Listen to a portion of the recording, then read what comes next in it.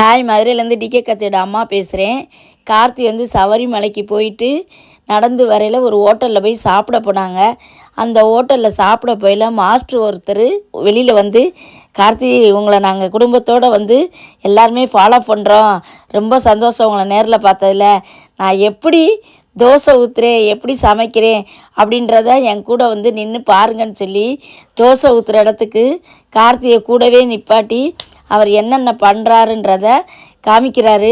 எனக்கு உண்மையிலே ரொம்ப சந்தோஷமாக இருக்குது. என்கிட்ட வந்து வீடியோ காமிச்சனே, ஏன்னா இங்கே மட்டும் இல்லை, தமிழ்நாடு மட்டும் இல்லை, நமக்கு வந்து ஸ்டேட்லேயும் நமக்கு இவ்வளோ ஃபாலோவர்ஸ் இருக்காங்கன்னா ரொம்ப சந்தோஷமாக இருக்குது. இதுக்கெல்லாம் நீங்கள் தான் சப்போர்ட்டு எங்களுக்கு, நாங்கள் என்றைக்குமே மறக்க மாட்டோம். கார்த்தி கூடவே நிற்கிறேன், அவருக்கு ஒரு சந்தோஷம். அவர் தோசை ஊற்றியில் கார்த்தியை கூட வச்சுக்கிட்டு ரொம்ப சந்தோஷப்பட்டார். டிகே கார்த்தி வந்து நம்ம கூட நிற்கிறாரு அப்படிங்கிறத அவர் ரொம்ப எப்படி அவ்வளோ ஒரு ஆர்வமாக வேலை பார்த்தாரு.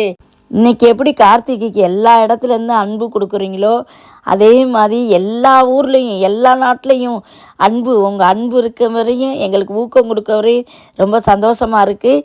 இதுக்கெல்லாம் காரணம் யாருன்னு பார்த்தீங்கன்னா, நம்ம லாவா லாரன்ஸ் சார் மாற்றத்துலேருந்து தான் எங்களுக்கு இவ்வளோ ஒரு பெருமையும் இவ்வளோ ஒரு இதுவும் எங்களுக்கு கிடச்சது.